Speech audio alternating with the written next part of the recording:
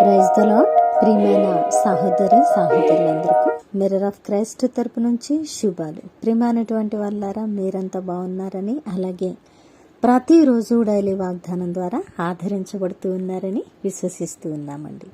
విన్న వాక్యాలను తప్పకుండా షేర్ చేయండి. అలాగే దైవిక పరిచర్య బహుభారం కలిగి ఉన్నదండి. ముందుకు వెళుతున్నాం. దేవుని పనిలో మీరు విత్తితే ఫలిస్తారు అని చెప్పడానికి సంతోషిస్తూ ఉన్నాను. యథార్థమైన పరిచర్యను ప్రోత్సహించాలి అనుకుంటే ద మిర్రర్ ఆఫ్ క్రైస్ట్ యోగ్యత కలిగి ఉన్నదని చెప్పడానికి నేను ఎంతగానో సంతోషిస్తూ. కీర్తనల గ్రంథము 34వ అధ్యాయము 19వ వచనము.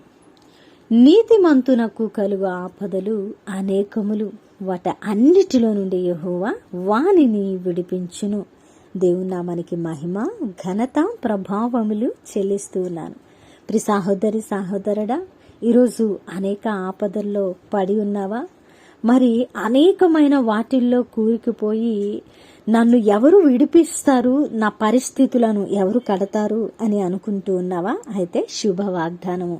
నీవు నీతిమంతుడిగా ఉంటే, దైవిక చిత్తంలో నీవు నీతిమంతుడిగా ఉంటే, నీ ప్రార్థనలు అన్నిటి మీద ఆయన కనుదృష్టి ఉంచడమే కాదు, నీతిమంతులకు కలుగుతున్న ఆపదల్లో వాటన్నిటిలో నుండి యెహోవా విడిపించి మరి ప్రతి విషయంలో మనకు ఆశీర్వాదాన్ని అనుగ్రహిస్తానని బలంగా మాట్లాడుతున్న మాట.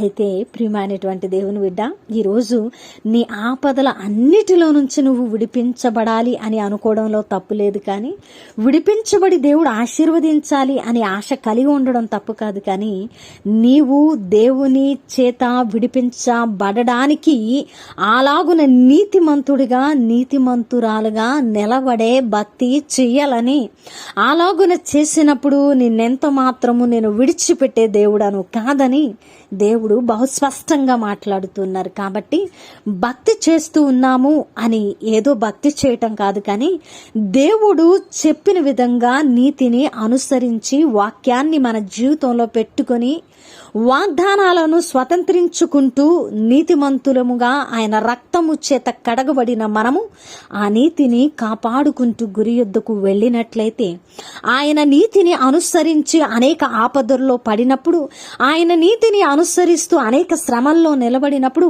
ఆయన నీతిని అనుసరిస్తూ అనేక అపనిందలు అవమానాలు గుండా మనం వెళుతూ ఉన్నప్పుడు, ఆయన వాటన్నిటిలో నుండి తప్పించి, విడిపించి, ఆశీర్వదించి, నిలబెట్టి ఫలింపు చేసేటువంటి దేవుడుగా ఉన్నారు. దీని అంతటికి కారణము మన భక్తిలో నీతి ఉండాలని, దీనికి కారణము ఆ నీతి అయితే తప్పకుండా ఆయన విడిపిస్తానని ఈరోజు దేవుడు బలంగా మాట్లాడుతున్నారు. కాబట్టి ఆయన నిన్ను విడిపించాలనుకుంటే నువ్వు నీతిమంతుడుగా, నీతిమంతురాలుగా భక్తి చేయవలసిందే.